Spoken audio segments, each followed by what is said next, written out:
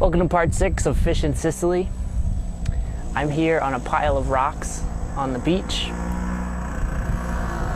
Hold on a sec. That was the ice cream man, or gelati man, who just passed me. So like I said, welcome to part 6. I'm hailing from you from a pile of rocks on the beach. Kind of giving you an idea of what Sicily is like. It's like a pile of rocks in the sun. But I mean that in the best way possible.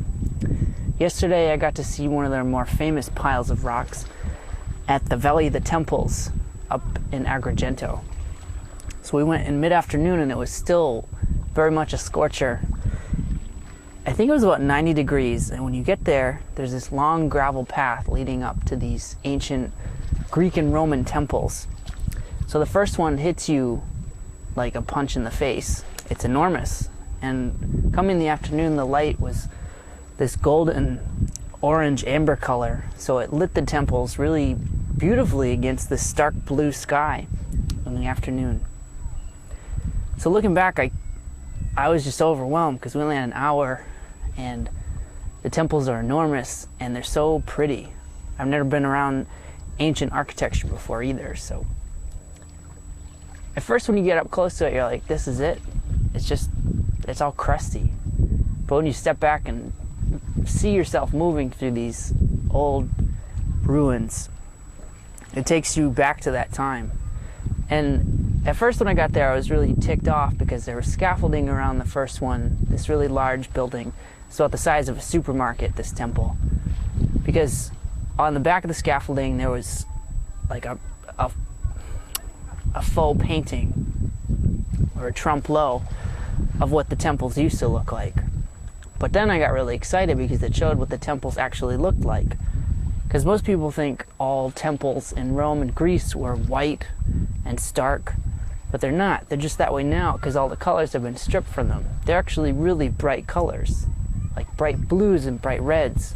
They made a huge impression on you coming up to them because they were so vivid.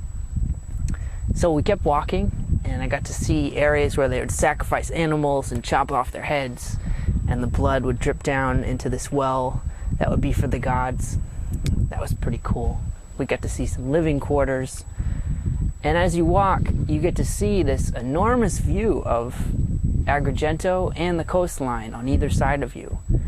So in the springtime, like in March and February, it's really in full bloom. All these trees that surround the temples are blossoming, and it's an explosion, they tell me. So there were some there now, but mostly all you saw were people melting and men and women very sweaty. So finally when we got to the top of the hill, I just kind of stared off in the distance and was just vegging out, like letting it sink in. That's where I was.